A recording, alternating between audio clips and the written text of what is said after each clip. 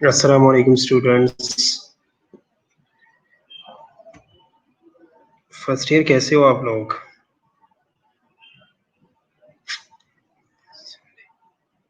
आवाज आ रही है आप लोगों को?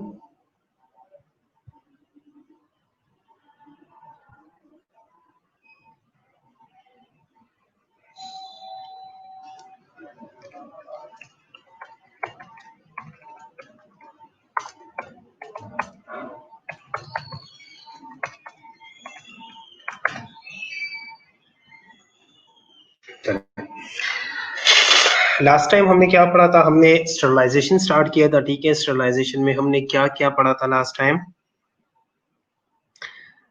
ठीक है, स्टरलाइजेशन में हमने पढ़ा था, स्टरलाइजेशन के बारे में पढ़ा था, स्टरलाइजेशन से रिलेटेड जितनी भी टर्म्स थे उनके बारे में पढ़ा था हमने। ठीक है, इसके अलावा हमने ये पढ़ा था कि स्टरलाइजेशन की नीड्स क्या है। ठीक है, उसकी एक शॉर्ट हिस्ट्री पढ़ी थी, उसकी एक शॉर्ट हिस्ट्री पढ़ी थी। ठीक है, इसके अलावा हमने इम्पोर्टेंस, स्टरलाइजेशन की इम्पोर्टेंस क्या है, क्या अहमियत है इसकी। ठीक है, और हमने डिफरेंट मेथड्स ऑफ स्टरलाइजेशन के बारे में पढ़ा था। ठीक है, तो एक शॉर्ट रिव्यू देते हैं लास्ट लेक्चर को। ठीक है, क्योंकि कुछ बच्चे जो थे वो एब्सेंट भी थे। ठीक है, स्टरलाइजेशन है क्या? स्टरलाइजेशन जो है ये वो प्रोसेस है जिसके जरिए हम सारे माइक्रो ऑर्गेनिजम्स को किल करते हैं। ठीक है, या डिस्ट्रॉय करके रिमूव करते हैं, उसको हम स्टरलाइजेशन बोलते हैं। डिसइंफेक्टेंट उसको बोलते हैं। डिसइंफेक्टेंट का मतलब है आपने सिर्फ इन्फेक्शन की जो कैपेबिलिटी है ना उसको खत्म करना है। ऑर्गेनिजम्स को बिल्कुल खत्म करना जो हमारा मकसद नहीं होता। हमारा मकसद होता है कि ऑर्गेनिजम्स को उस हद तक ले जाए जिस लेवल के ऊपर वो इन्फेक्शन कॉज करने की सलाहियत जो है उसकी खत्म हो जाए। ठीक है, उसके बारे में हमने एंटीसेप्टिक्स के बारे में पढ़ा था, एसेप्सिस के बारे में पढ़ा था। ठीक है, माइक्रोबिसाइडल, बैक्टीरियोसाइड और बैक्टीरियोस्टैटिक के बारे में पढ़ा था। ठीक है, माइक्रोबिसाइडल जो है ये वो चीजें हैं, ठीक है, या वो सोल्यूशन है जिसके जरिए जो है हम माइक्रो ऑर्गेनिजम्स को किल कर देते हैं। ठीक है, बैक्टीरियोस्टैटिक वो और सोल्यूशंस है या वो सब्सटेंसेस है जिनके जरिए जो है हम बैक्टीरियल, वायरल, फंजाई, इन चीजों की ग्रोथ को हम स्टैटिक कर लेते हैं, हम एक जगह पे रोक लेते हैं। ठीक है, उसके बाद हमने सैनिटाइज के बारे में पढ़ा था। ठीक है, कंटामिनेशन के बारे में पढ़ा था, एंटीबायोटिक्स और माइक्रोबायोटिक्स वगैरह के बारे में पढ़ा था। ठीक है, स्टरलाइजेशन की जरूरत क्यों पड़ी? स्टरलाइजेशन की जरूरत इसलिए पड़ी कि एक्सटर्नल एनवायरनमेंट के ऊपर या ह्यूमन बॉडी के ऊपर जो कॉन्स्टेंटली माइक्रो ऑर्गेनिजम्स रहते हैं और उन माइक्रो ऑर्गेनिज्म से जो हमें इन्फेक्शन कॉज होने का खतरा होता है। ठीक है, तो मेन जो एम था स्टरलाइजेशन का वो हमारा ये था कि हमने उन मटेरियल से या उन सर्फेसेस से ऑर्गेनिजम्स को रिमूव करके उस एरिया को साफ करना होता है। ठीक है, अब किसी भी माइक्रो ऑर्गेनिज्म को हम किस तरह किल करते हैं, तो चाहे ऑर्गेनिज्म कोई भी हो उसका उसके ऊपर जो मेन मैकेनिज्म है उसका उसके किल होने का वो क्या है कि या तो ऑर्गेनिज्म के सेल मेम्ब्रेन के ऊपर एक्ट करेंगे, हम अटैक करेंगे, या उसके अलावा हम उसके न्यूक्लियोइड रीजन जो डीएनए वगैरह ठीक है उसके ऊपर हम अटैक करेंगे, और या हमारा एक्शन जो होगा वो किस चीज के ऊपर होगा, वो प्रोटीन्स के ऊपर होगा। ठीक है, उसके बाद हमने हिस्ट्री के बारे में पढ़ा था। लॉइस पोस्टर ने इसमें जो है पास्चर ने इसमें सबसे ज्यादा काम किया है। ठीक है, स्टार्टिंग में। उसके बाद जो है इम्पोर्टेंस क्या है स्टरलाइजेशन का? ठीक है, तो हमने डिजीज को प्रिवेंट करना है, हमने डिजीज को स्प्रेड होने से बचाना है। ठीक है, और डबल सर्जरीज वगैरह से जो है हमने पेशेंट को प्रिवेंट करना है। ठीक है, उसके बाद हमने स्टरलाइजेशन के मेन मेथड्स पढ़े थे। स्टरलाइजेशन के मेन मेथड्स के पढ़े थे। ठीक है, फिजिकल मेथड है इसमें, उसके अलावा जो है इसमें केमिकल मेथड है, मैकेनिकल मेथड है। ठीक है, ये सारी मेथड्स हमने पढ़े थे। ठीक है, अब फिजिकल मेथड के अंदर कौन कौन से मेथड्स आ रही है? तो फिजिकल मेथड के अंदर जो है वो सनलाइट है, ड्राइंग है, ठीक है, हीट है और रेडिएशन के बारे में पढ़ा था। उसके अलावा जो है वो केमिकल मेथड आज हम पढ़ेंगे इंशाल्लाह, उसमें गैसेस स्टरलाइजेशन है और स्टरलाइजेशन बाय डिसइंफेक्शन है। ठीक है, और फिर मैकेनिकल मेथड इंशाल्लाह आज हम पढ़ेंगे। उसमें हम क्या करते हैं कि बैक्टीरिया प्रूफ एक फिल्टर होता है और उससे जो है हम बैक्टीरिया को जो है वो पास आउट करते हैं, ऑर्गेनिजम्स को जो है या सोल्यूशन को जो है वो पास आउट करते हैं, ठीक है। और इसी तरह जो है उसकी सफाई होती है,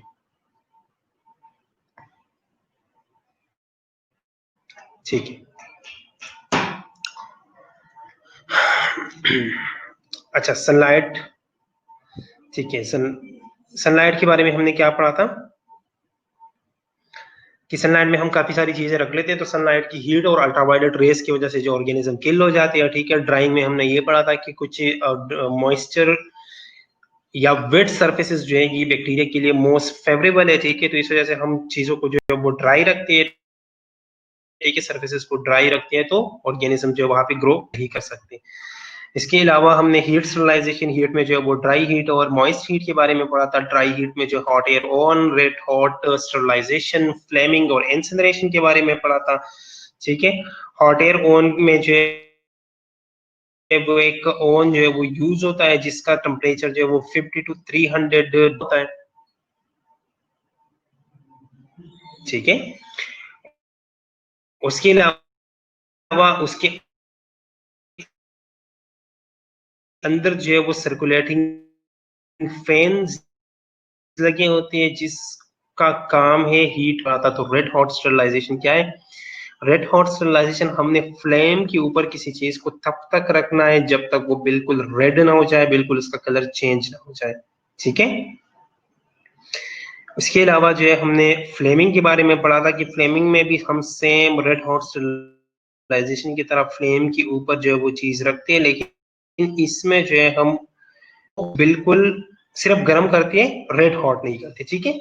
उसके बाद हमने इंसिनरेशन के बारे में पढ़ा था कि जितना भी हमारा हॉस्पिटल वेस्ट होता है ये हम सारा कुछ जो है इंसिनरेट करते हैं, ठीक है। बर्न आउट करते हैं और बर्न आउट के बाद जो है उसको बिल्कुल उस कंडीशन तक लेके आते हैं, उसको बिल्कुल ऐश बना लेते हैं और उस ऐश को हम फिर जो है वो बेक कर लेते हैं, ठीक है। फिर उसके बाद जो है मॉइस्ट हीट के बारे में पढ़ा था। तो मॉइस्ट हीट जो है वो हम तीन तरह का दे सकते हैं, ठीक है। एक बिलो 100, एक जो है वो 100 डिग्री सेंटीग्रेड और एक जो है वो अबव 100 डिग्री सेंटीग्रेड का जो है वो हम दे सकते हैं, ठीक है। तो बिलो 100 जो है वो उसमें पास्चराइजेशन और इन इंस्पिसेशन के बारे में पढ़ा था, ठीक है। इसके अलावा 100 डिग्री सेंटीग्रेड के ऊपर है वो बॉइलिंग और टेंडलाइजेशन प्रोसेस है, ठीक है। और जो अबव 100 है वो ऑटोक्लेविंग प्रोसेस के बारे में। उसके बाद हमने रेडिएशन के बारे में पढ़ा था। तो रेडिएशन में एक हॉट स्टरलाइजेशन, एक कोल्ड स्टरलाइजेशन है, ठीक है। हॉट स्टरलाइजेशन के अंदर जो है वो अल्ट्रावायलेट रेज और होते हैं, ठीक है। स्टरलाइजेशन के अंदर जो है वो गामा रेज और एक्स रेज यूज होते हैं। अब आज हम पढ़ेंगे इंशाल्लाह, आज हम स्टार्ट करेंगे केमिकल स्टरलाइजेशन से। कहां से स्टार्ट करेंगे? Chemical sterilization.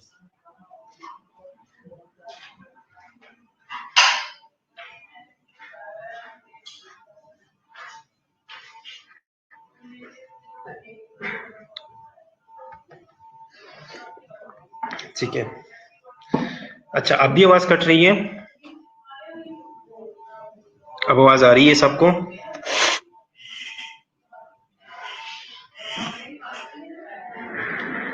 अब आवाज आ रही है सबको?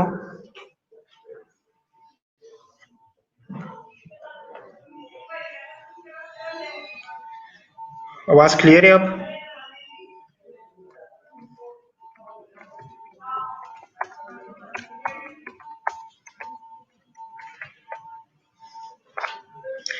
आवाज क्लियर है सबको? चले, ठीक है। Thank you Adil. ओके, आज हमने केमिकल मेथड्स के बारे में पढ़ना है, ठीक है। केमिकल मेथड्स ऑफ स्टरलाइजेशन, ठीक है। तो केमिकल मेथड्स ऑफ स्टरलाइजेशन के अंदर जो है वो दो मेथड जो मेन यूज होते हैं वो कौन से हैं? वो दो मेथड्स हैं। एक है गैसियस स्टरलाइजेशन और एक है लिक्विड स्टरलाइजेशन, ठीक है। अब गैसियस स्टरलाइजेशन के अंदर मेन टू टाइप्स हैं। इथाइलिन ऑक्साइड गैस जो है वो यूज होता है, ठीक है। इसके अलावा जो लिक्विड स्टरलाइजेशन के अंदर दो टाइप से, अल्कोहल एंड पिनोल, दो चीजें जो है वो इस लिक्विड यूज होते हैं स्टरलाइजेशन मेथड के लिए या स्टरलाइजेशन पर्पस के लिए। वो कौन कौन से है? वो अल्कोहल और पिनोल है। अब गैसियस स्टरलाइजेशन में सबसे पहले जो है वो कौन सा है? वो इथाइलिन ऑक्साइड है। इथाइलिन ऑक्साइड किस लिए यूज होता है? इथाइलिन ऑक्साइड जो है ये मोस्टली जो हमारा मेडिकल या फार्मास्यूटिकल प्रोडक्ट्स है ना, उनको स्टरलाइज करने के लिए यूज होता है, ठीक है। और या मोस्टली उन चीजों को हम इस इथाइलिन ऑक्साइड से स्टरलाइज करते हैं जो चीजें हाई टेम्परेचर या स्टीम स्टरलाइजेशन को सपोर्ट नहीं कर सकता या उसको बियर नहीं कर सकता, उसको बर्दाश्त नहीं कर सकता, वो चीजें उससे टूट जाती है, खराब हो जाती है। तो जो चीजें हाई टेम्परेचर या स्टीम स्टरलाइजेशन से खराब हो जाती है उनको हम इथाइलिन ऑक्साइड से स्टरलाइज करते हैं, ठीक है। जितने भी हमारे इलेक्ट्रॉनिक कंपोनेंट्स है या जो प्लास्टिक पैकिंग है, ठीक है, या प्लास्टिक कंटेनर्स है हमारे सारे, वो हम इससे स्टरलाइज करते हैं, ठीक है। अब इस चीज में हम इसमें यूज क्या करते हैं, ठीक है। This method use automatic device filled with ethylene oxide gas at temperature below 100 degree centigrade to sterilize complex in delicate material. अब इसमें एक रेडीमेड डिवाइस यूज होता है। वो रेडीमेड डिवाइस जो है वो ऑलरेडी फिल्ड होता है, प्री फिल्ड होता है इथाइलिन ऑक्साइड गैस से, और उसका जो टेम्परेचर है वो बिलो 100 डिग्री सेंटीग्रेड होता है। इसका टेम्परेचर बिलो 100 डिग्री सेंटीग्रेड होता है, और उसके जरिए हम जो कॉम्प्लेक्स और डेलिकेट मटेरियल है, हमारे जो नाजुक नाजुक चीजें हैं ना, वो हम इससे स्टरलाइज करते हैं, ठीक है। और ये इथाइलिन ऑक्साइड जो है ये माइक्रो ऑर्गेनिज्म की न्यूक्लिक एसिड के ऊपर एक्ट करके, अटैक करके उसे किल कर देता है, उसके साथ केमिकली रिएक्शन करता है, ठीक है, और उसको किल कर देता है।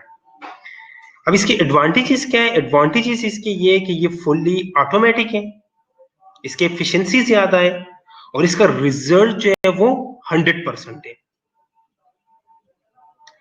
अब जिस चीज के एडवांटेजेस होते हैं ना, उसके कुछ डिसएडवांटेजेस भी होते हैं। एडवांटेजेस के साथ साथ हर चीज के कुछ डिसएडवांटेजेस होते हैं। अब इसके डिसएडवांटेजेस क्या है? इसके डिसएडवांटेजेस ये है कि ये कॉम्प्लेक्स है, कॉम्प्लेक्स प्रोसीजर है, हर एक बंदा जो है ये प्रोसीजर कैरी आउट नहीं कर सकता।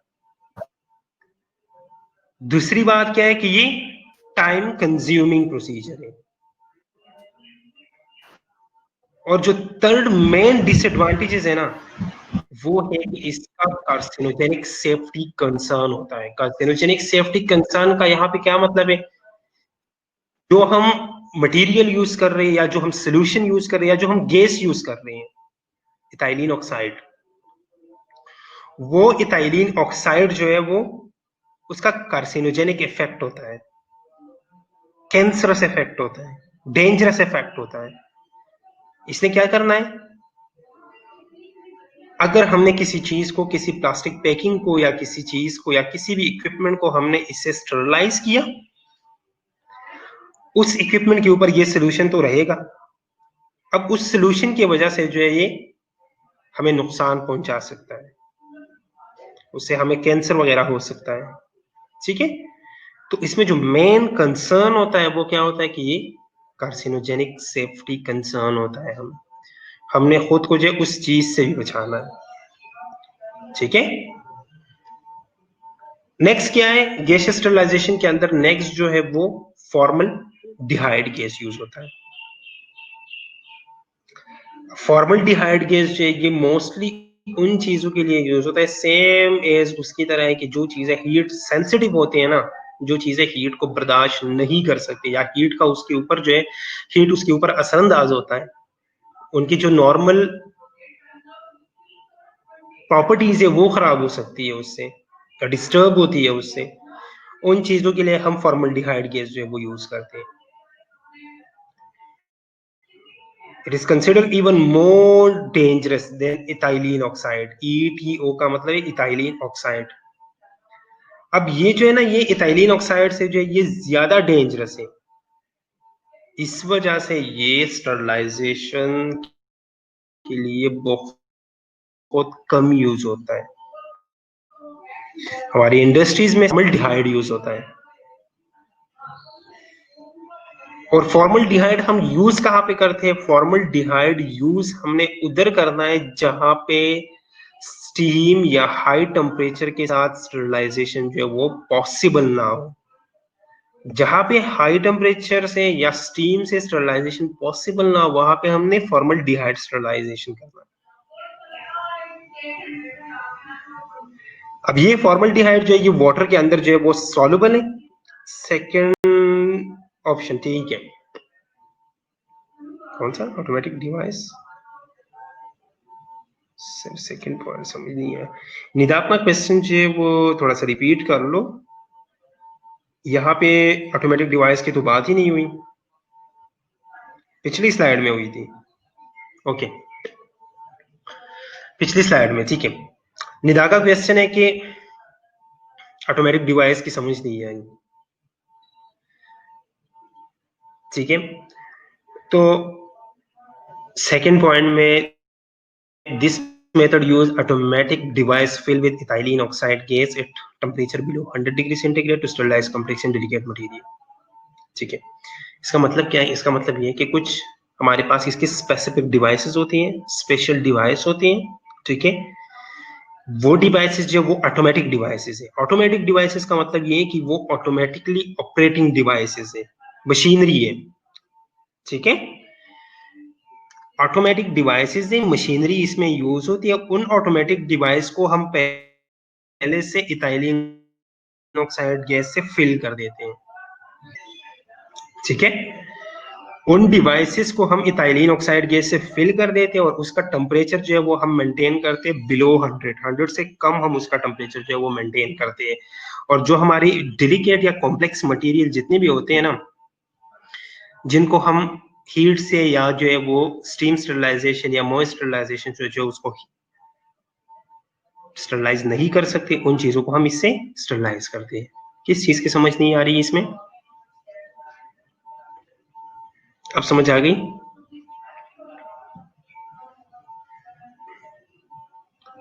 अब समझ आ गई आपको कि इसमें एक ऑटोमेटिक डिवाइस यूज होता है, जिनको हम इथाइलिन गैस या इथाइलिन ऑक्साइड से जो है वो फिल कर देते हैं। उनका टेम्परेचर हम 100 से कम रखते हैं और हम उससे जो हमारे डेलिकेट सब्सटेंसेस होते हैं ना, या डेलिकेट मटेरियल्स होते हैं या इक्विपमेंट्स होते हैं, उनको हम स्टरलाइज करते हैं इससे, ठीक है। Next up, formaldehyde. फॉर्मल्डिहाइड जो है ये भी एक लो टेम्परेचर मेथड है स्टरलाइजेशन का। मोस्टली हीट सेंसिटिव मटेरियल के लिए हम इसे यूज करते हैं, लेकिन ये इथाइलिन ऑक्साइड से जो है ये ज्यादा डेंजरस है, इस वजह से ये बहुत कम यूज होना है, ठीक है। और ये हम वहां भी यूज करते हैं जहां पे हाई टेम्परेचर या स्टीम स्टरलाइजेशन जो है वो पॉसिबल ना हो। फॉर्मल्डिहाइड जो है ये वाटर के अंदर सॉल्युबल है, ठीक है। और अगर किसी जगह पे ह्यूमिडिटी जो है ना, किसी जगह पे जो है वो मॉइस्चराइजेशन या पानी जो है वो प्रेजेंट हो ना, तो ये बहुत जल्दी इनएक्टिव हो जाता है। इसका इनएक्टिवेशन पावर जो है ना वो ग्रेटली इंप्रूव होता है, किस चीज से? ह्यूमिडिटी से।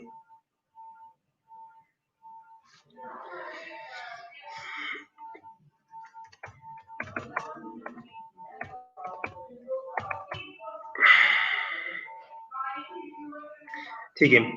अदील का क्वेश्चन है कि सर किस टाइप का डेलिकेट मटेरियल, कोई एग्जांपल दे दे, ठीक है। तो अदील जो है अदील मोस्टली जो ग्लास मटेरियल होते हैं ना, उनको हम इससे करते हैं, ठीक है। कोई भी ग्लास मटेरियल हो सकता है, कोई भी प्लास्टिक मटेरियल हो सकता है, ठीक है।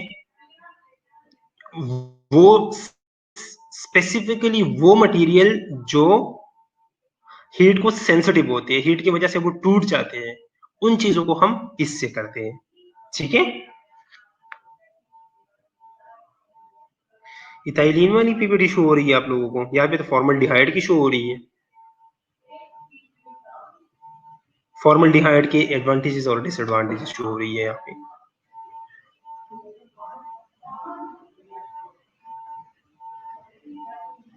इशू क्या आ रहा है?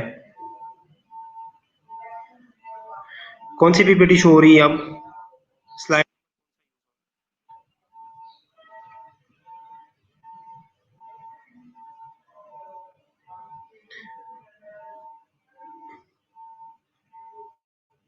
हो गई है? चलो ठीक है, चलो चलो गुड हो गया। ठीक है, फॉर्मल्डिहाइड गैस है, ठीक है। अब फॉर्मल्डिहाइड के कुछ एडवांटेजेस है और कुछ डिसएडवांटेजेस है, ठीक है। तो फॉर्मल्डिहाइड के एडवांटेजेस ये है कि ये वेरी रिएक्टिव मॉलिक्यूल है, ठीक है, बहुत जल्दी जो है ये रिएक्शन करता है। दूसरी बात ये है कि ये इसका जो इथाइलिन ऑक्साइड के साथ अगर हम इसे कंपेयर करें तो इसका साइक्लिंग टाइम जो है या इसका रिएक्शन टाइम जो है वो बहुत ज्यादा फास्टर है उसके हिसाब से।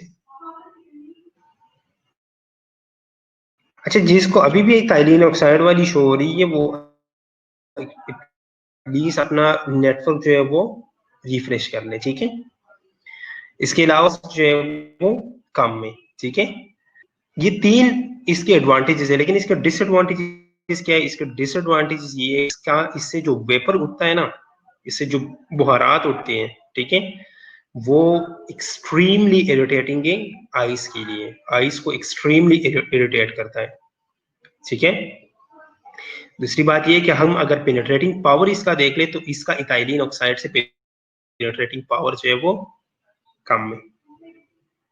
तीसरी बात क्या है? तीसरी बात ये है कि इथाइलिन ऑक्साइड से ये थोड़ा सा हाई टेम्परेचर पे ऑपरेट होता है, इथाइलिन ऑक्साइड से थोड़ा सा हाई टेम्परेचर पे ऑपरेट होता है, ठीक है।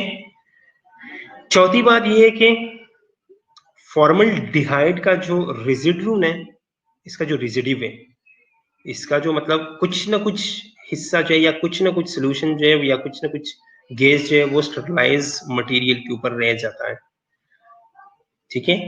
तो इसका जो रिंसिंग फेज है ना, लास्ट में जो वॉश आउट फेज है, जो वॉशिंग फेज है, वो 100% एफिशिएंट नहीं है, ठीक है। और जो लास्ट वन है, ये पेशेंट्स के लिए हार्मफुल हो सकता है, ये पेशेंट के लिए हार्मफुल हो सकता है, इस वजह से हम ये ज्यादातर यूज नहीं करते, ठीक है। अब लिक्विड स्टरलाइजेशन, गैसियस स्टरलाइजेशन में दो थे, दोनों हमने पढ़ लिए, ठीक है। अब लिक्विड स्टरलाइजेशन में कौन कौन से? लिक्विड स्टरलाइजेशन के अंदर जो मेन है वो अल्कोहल और फिनोल है, फिनोल और अल्कोहल। अल्कोहल जो है ये मोस्ट इफेक्टिव डिसइंफेक्टेंट है कुछ रीजंस की वजह से। रीजंस क्या है? एक तो ये जल्दी इवेपोरेट होता है,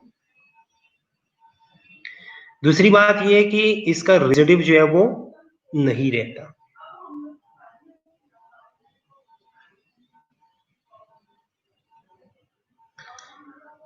तीसरी बात क्या है कि ये लिपिड्स को डिसॉल्व कर लेता है, ठीक है, जिसकी वजह से ये जो लिपिड रेप वायरल सेल्स है ना, HIV और हेपेटाइटिस ए, रिंजिंग का मतलब है वॉशिंग, रिंजिंग मीन वॉशिंग, ठीक है। अच्छा, अल्कोहल, ठीक है, अल्कोहल के बारे में हम अभी पढ़ रहे हैं, ठीक है। स्लाइड्स तो मैंने चेंज कर लिया है, स्लाइड्स का तो इशू ही नहीं है, लिक्विड स्टरलाइजेशन मेरे सामने है।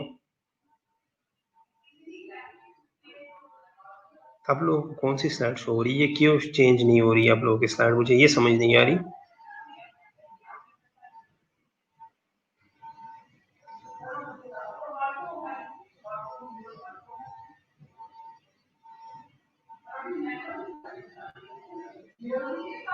स्लाइड चेंज,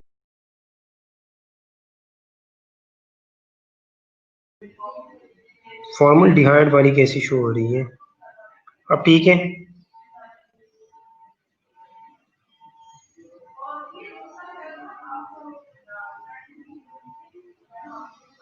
अब ठीक है।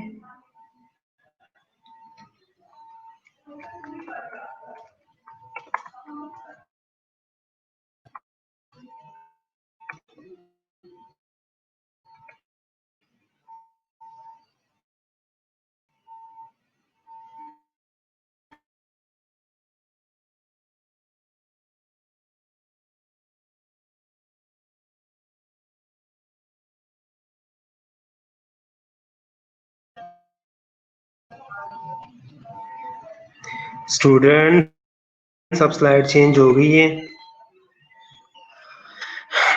लिक्विड स्टरलाइजेशन के अंदर हम अल्कोहल के बारे में पढ़ रहे हैं, ठीक है। तो अल्कोहल जो है ये मोस्ट इफेक्टिव डिसइंफेक्टेंट है कुछ रीजंस की वजह से। वो रीजंस कौन कौन से हैं?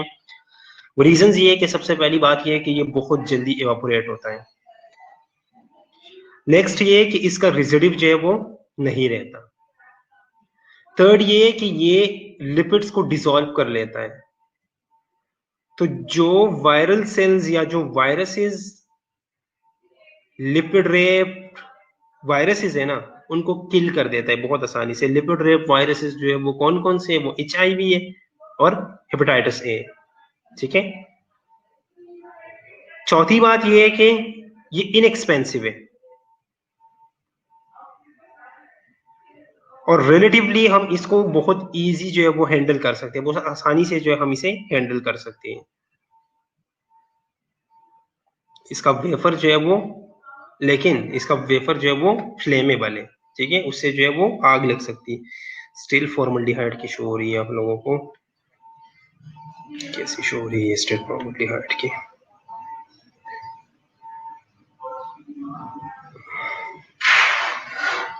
अच्छा,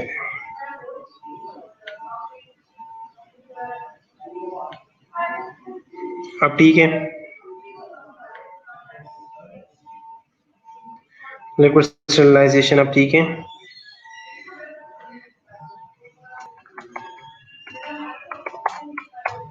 अब चेंज हो गई स्लाइड।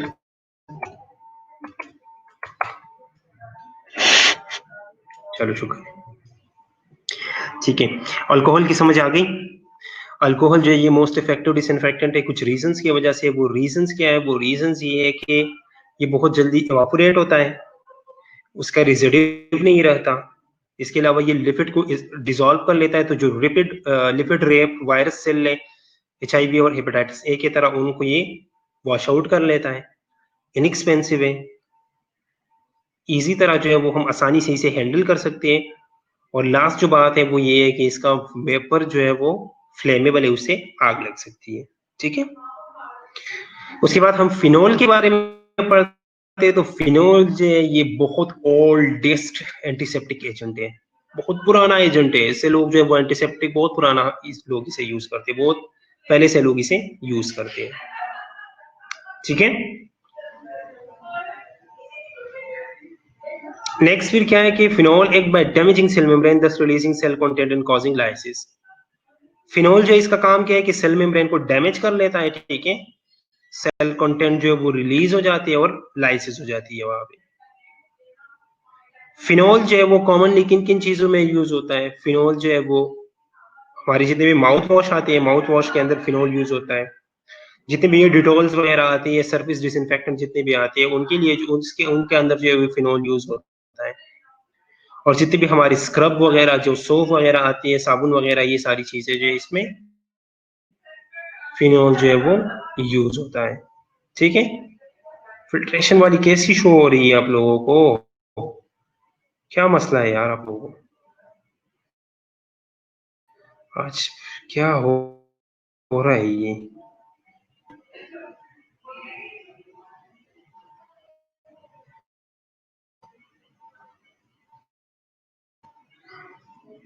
अब मैं फिल्ट्रेशन पढ़ाने लगा हूं,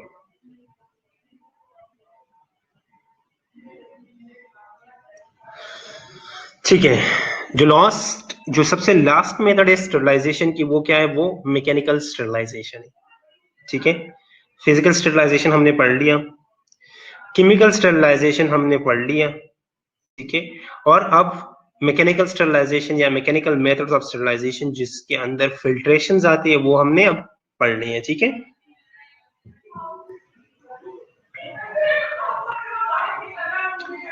फिल्ट्रेशन स्टरलाइजेशन उन चीजों के लिए यूज होता है जो मोस्टली हीट सेंसिटिव होते हैं, जिनको हम हीट नहीं कर सकते, जिनको हम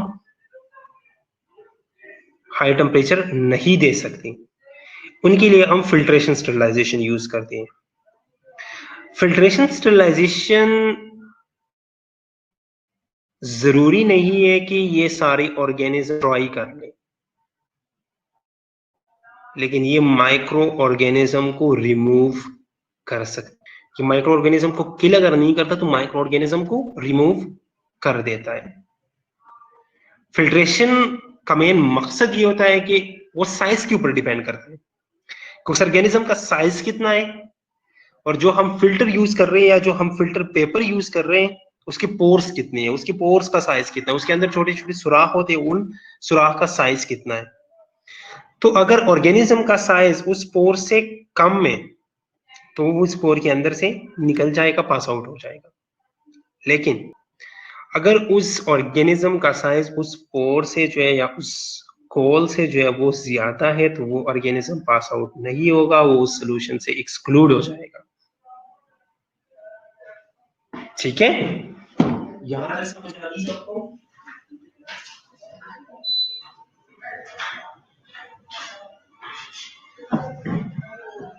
यहां तक समझ आ गई? ठीक है। अब फिल्ट्रेशन का प्रोसीजर क्या है? फिल्ट्रेशन का प्रोसीजर ये है कि the solution to be sterilized is passed through the filter and collected in the sterile receiver by the application of positive pressure to the non-sterile compartment or negative pressure to the sterile side। Main procedure क्या है, इसको हम किस तरह जो है वो किसी चीज को हम किस तरह फिल्टर करेंगे। फॉर एग्जांपल मैं व्हाइट बोर्ड जो है वो ऑन कर लेता हूं आप लोगों को समझाने के लिए। फॉर एग्जांपल ये मेरे पास जो है वो एक जार है, इस जार के ऊपर जो है वो मैंने फिल्टर पेपर जो है वो रख लिया, इसके ऊपर मैंने फिल्टर रख लिया। ठीक है, अब इसके ऊपर मैंने फिल्टर पेपर रख लिया और इससे ऊपर से जो है मैं सोल्यूशन जो है या वो डाल रहा हूं। अब इस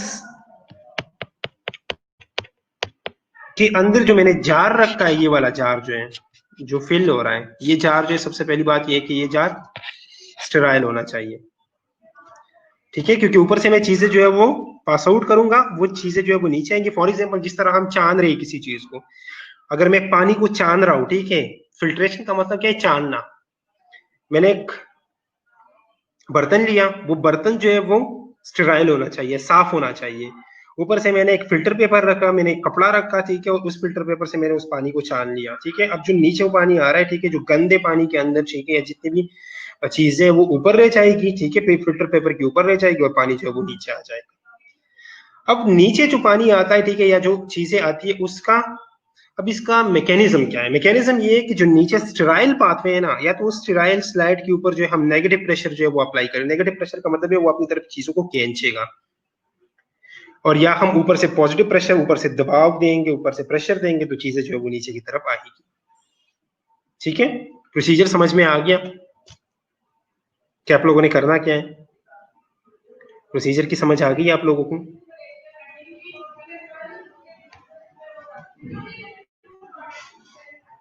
आगे बढ़े, प्रोसीजर की समझ आ गई?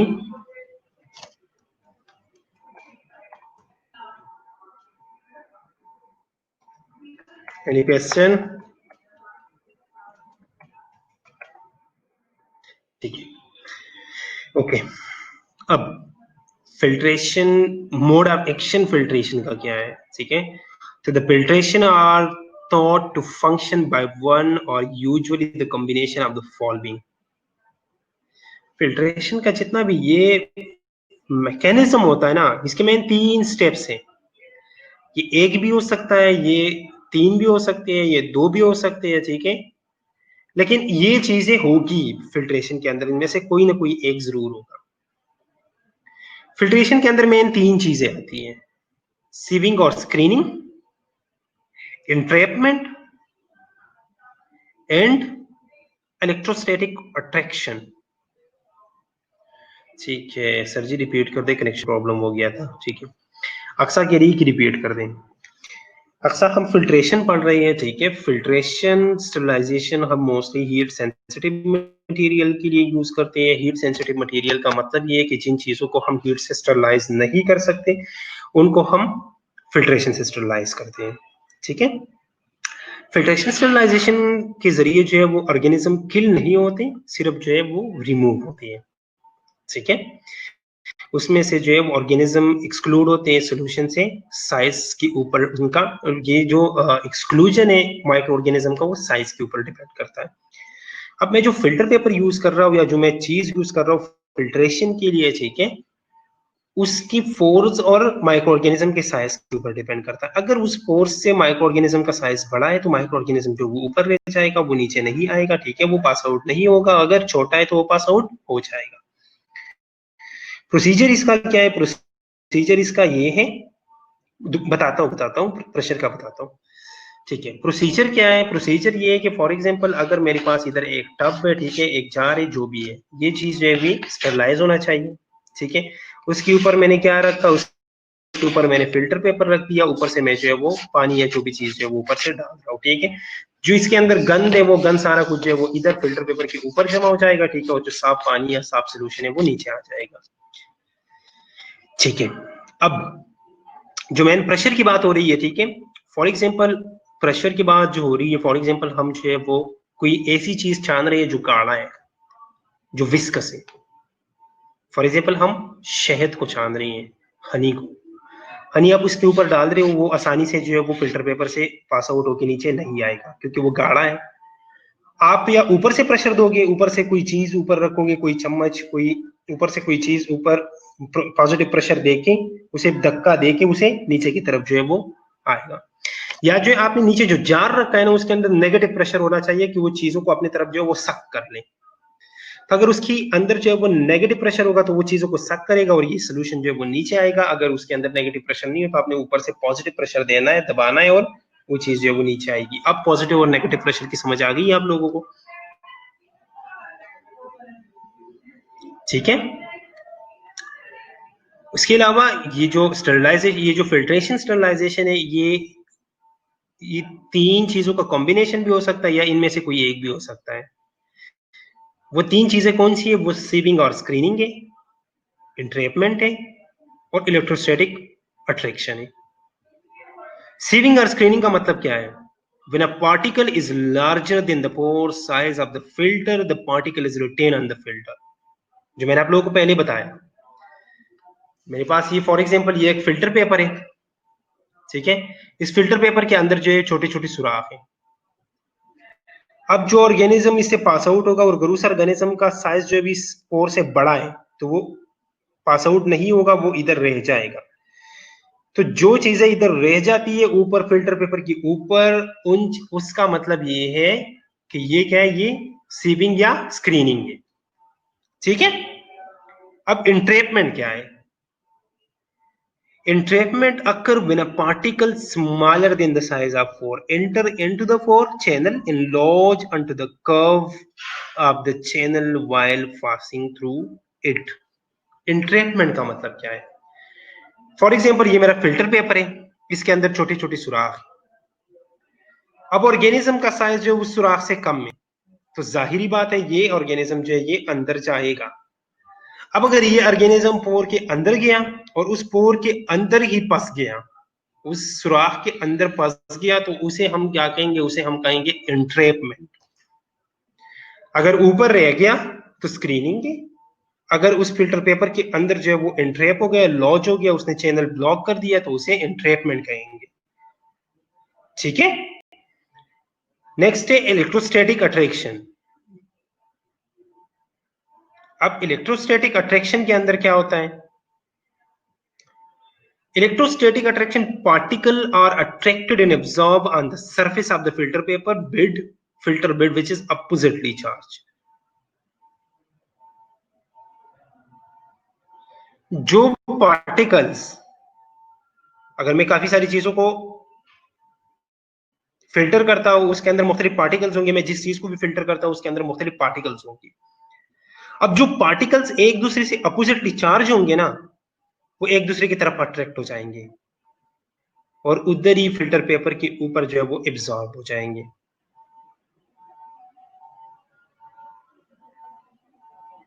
ठीक है।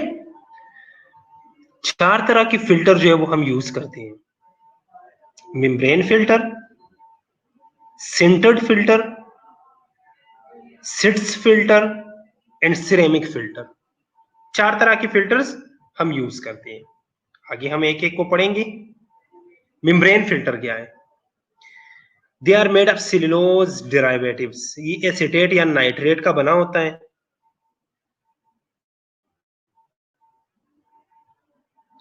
नेगेटिव प्रेशर के लिए जार के साथ कोई सक्शन पंप वगैरह की जरूरत नहीं होती, ठीक है। उसके अंदर हम नेगेटिव प्रेशर पहले से क्रिएट कर लेते हैं, सक्शन के जरिए ही क्रिएट करते हैं। हमेशा नेगेटिव प्रेशर सक्शन के जरिए क्रिएट होता है, ठीक है। लेकिन उसके साथ अटैच होने की फिर जरूरत नहीं होती। उसके अंदर हम एक नोजल लगा लेते हैं, उसके जरिए जो हम सारा गैस जो है वो उसके अंदर जितना भी प्रेशर होता है वो सारा निकाल लेते हैं, ठीक है। उधर वैक्यूम बन जाता है, ठीक है।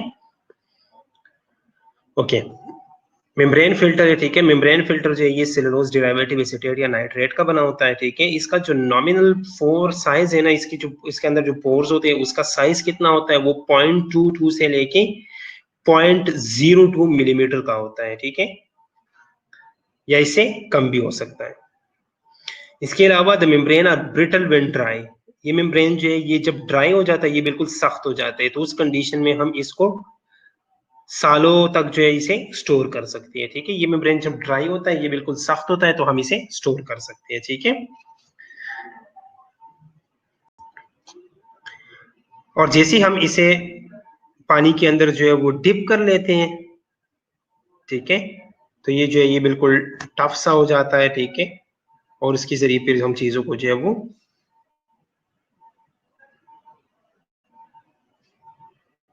सर इनकी डिटेल्स स्लाइड में नहीं है। किस चीज की डिटेल्स स्लाइड में नहीं है? नेगेटिव प्रेशर की डिटेल्स स्लाइड में नहीं है।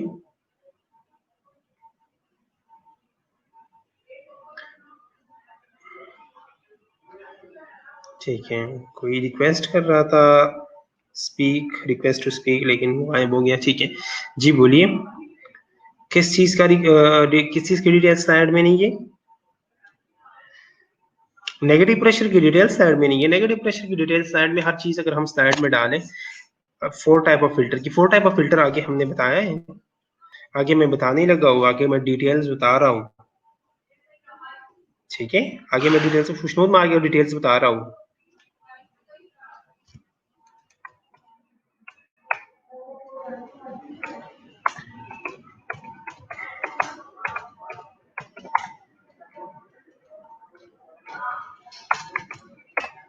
आगे डिटेल्स ही पढ़ना है, ठीक है। ओके, मेम्ब्रेन फिल्टर का मतलब क्या होता है? मेम्ब्रेन फिल्टर जो है ये सेलुलोज डेरिवेटिव एसीटेट या नाइट्रेट का बना होता है, ठीक है। इसका साइज जो है पोर साइज वो 0.22 से लेके 0.02 मिलीमीटर तक होता है, ठीक है। ये ब्रिटल होता है, जब ड्राई होता है तो इस कंडीशन में हम इसे स्टोर भी कर सकते हैं, ठीक है। इसमें मोस्टली इससे जो है हम एक्वस जो जिन चीजों के अंदर पानी होता है या ऑयली सोल्यूशन जो है वो हम इससे फिल्टर करते हैं, ठीक है। लेकिन जो ऑर्गेनिक सॉल्वेंट होते हैं जिस तरह अल्कोहल है या क्लोरोफॉर्म वगैरह है, वो उस फिल्टर से जो है वो स्टरलाइज या फिल्टर नहीं हो सकते, ठीक है।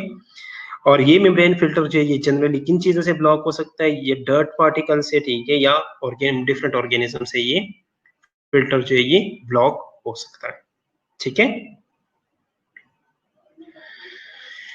अब भी इलेक्ट्रोस्टैटिक अट्रैक्शन वाली स्लाइड, पता नहीं आज नेट में क्या इशू।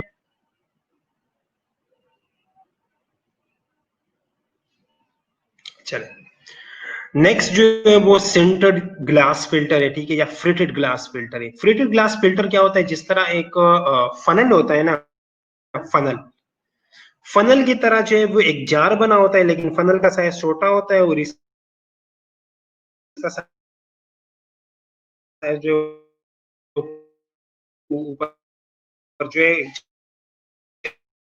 जार बना होता है। बाकी इसका निचला हिस्सा जो बिल्कुल फनल की तरह होता है, ठीक है।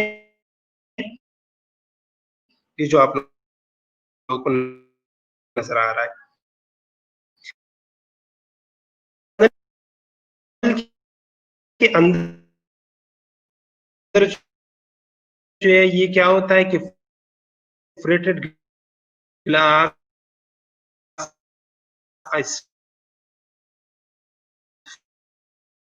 finely porous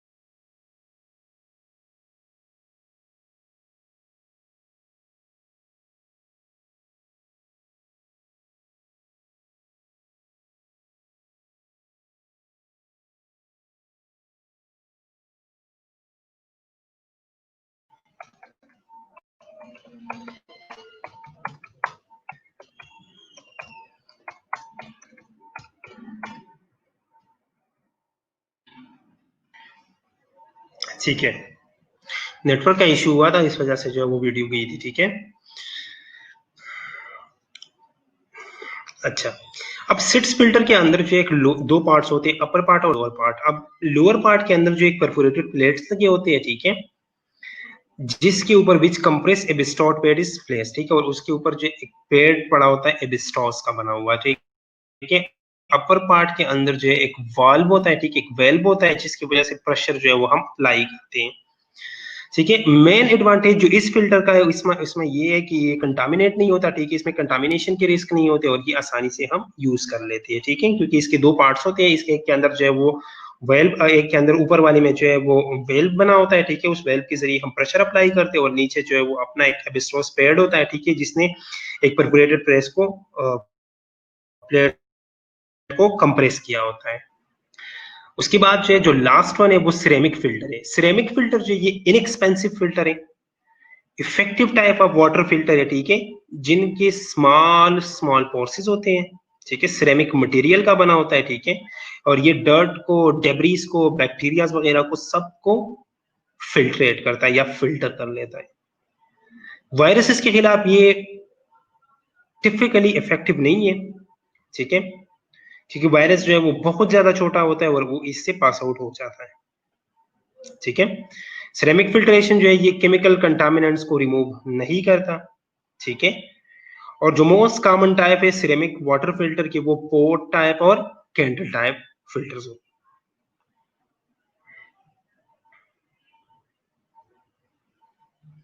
मैं स्लाइड चेंज कर रहा हूं, अगर मैं स्लाइड चेंज नहीं कर रहा तो मैं पढ़ा कैसे रहा हूं? ठीक है, तो आज नेटवर्क का कोई इश्यू है, इस वजह से जो है वो स्लाइड चेंज नहीं हो रही। ठीक है, आप लोगों की इधर से मैं स्लाइड चेंज कर रहा हूं, मैं चेंज स्लाइड ही पढ़ा रहा हूं।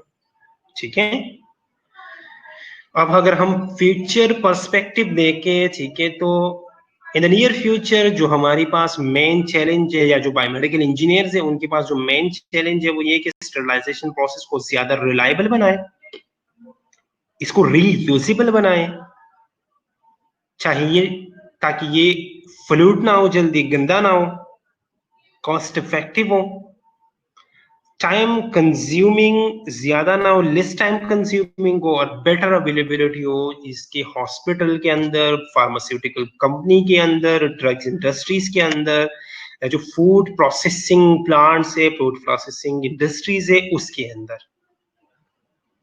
ठीक है, खत्म हो गया आज का। आज के लेक्चर में किसी का कोई क्वेश्चन?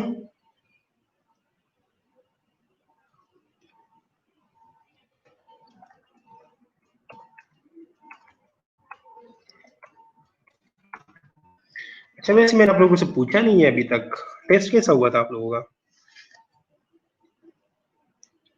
क्विज कैसा रहा आप लोगों का?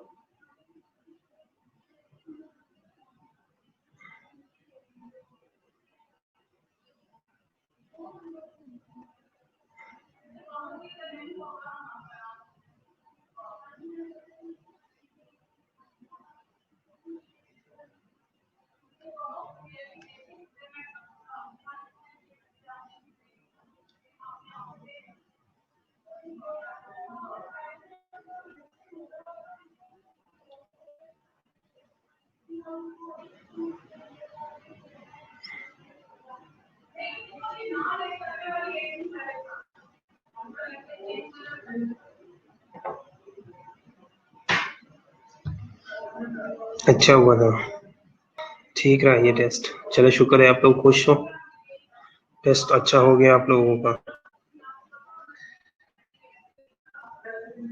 ठीक है, आज के लेक्चर में कोई क्वेश्चन?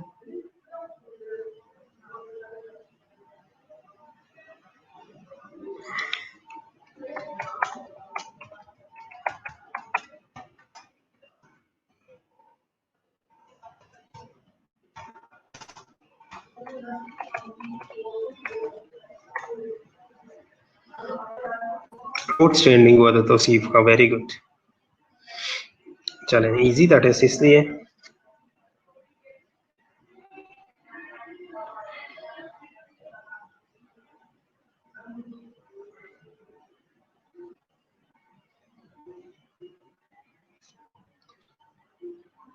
नेक्स्ट टेस्ट का सिलेबस डिस्कस कर लेंगे, इस वीक तो टेस्ट नहीं है, वो नेक्स्ट वीक होगा ना, ठीक है, तो उसका हम डिस्कस कर लेंगे फिर।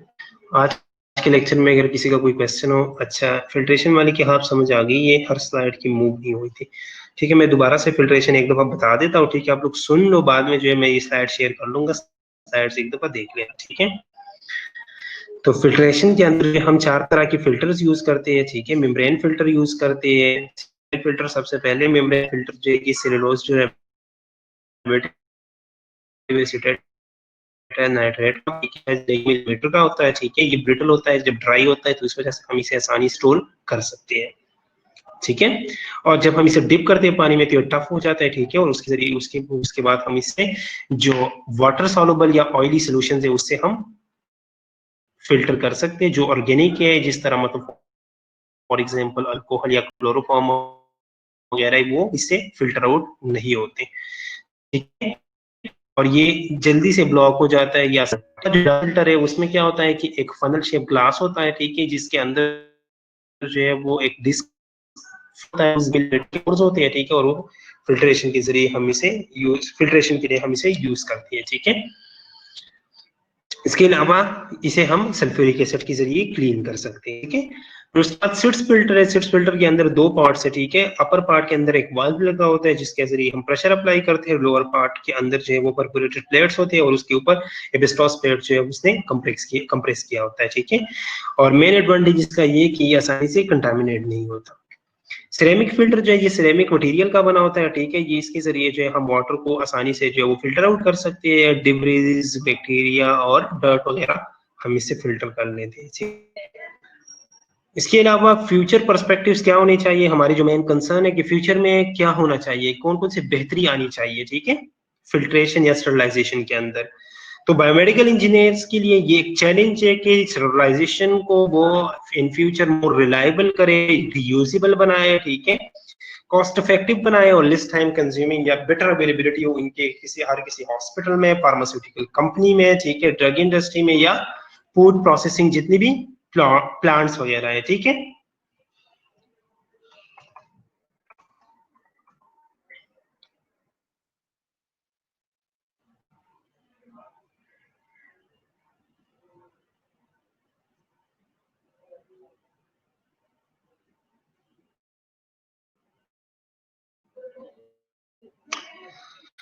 भी पता नहीं आप लोग क्यों नहीं शो हो रही है।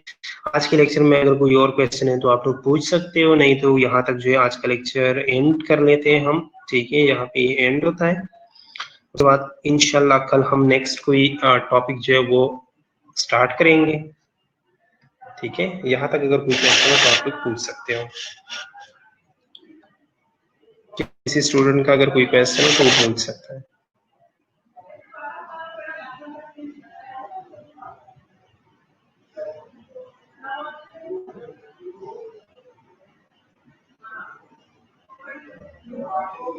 यहाँ तक अगर किसी का कोई क्वेश्चन हो तो पूछ लो। आज के लेक्चर में अगर कोई क्वेश्चन हो स्टूडेंट्स तो पूछ सकते हो आप।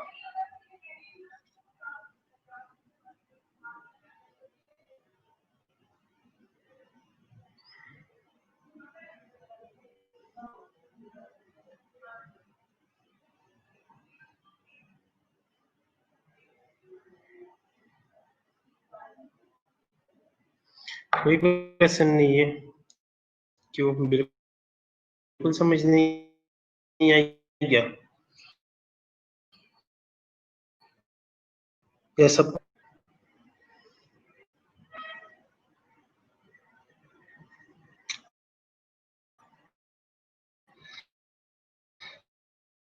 चले आज का लेक्चर यहाँ पे खत्म कर लेते हैं, ठीक है।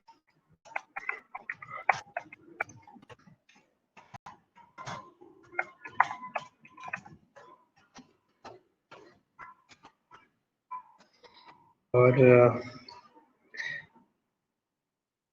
हाफिज, अपना ख्याल रखिए, ठीक है, और घर में हो तो ये देखिए बस हम घर में, ठीक है, लेक्चर्स हो रहे हैं, ठीक है, सुकून करो ये हो। जो लेक्चर साथ साथ जो है वो करो, ठीक है, ताकि बाद में जो आप लोगों को इश्यू ना हो, बाद में आप लोगों की एग्जाम्स होने हैं, ठीक है, या कोई पता नहीं है अगर अचानक जो है वो कॉलेज खुल जाए, ठीक है, तो आप लोगों को आना पड़ेगा, टेस्ट वगैरह हो सकते हैं, एग्जाम हो सकते हैं, ठीक है।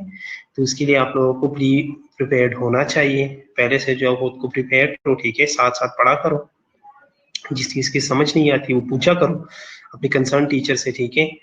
और किसी भी टाइम जो है वो आप लोग पूछ सकते हो, इधर लेक्चर के दौरान पूछ सकते हो, लेक्चर के दौरान नहीं है तो व्हाट्सएप ग्रुप में पूछ सकते हो, ठीक है, साइड पे पूछ सकते हो, मैसेज कर सकते हो, ठीक है, कोई इशू नहीं है। तो लेकिन साथ साथ जो है वो पढ़ा करो, ठीक है। ओके, अल्लाह हाफिज।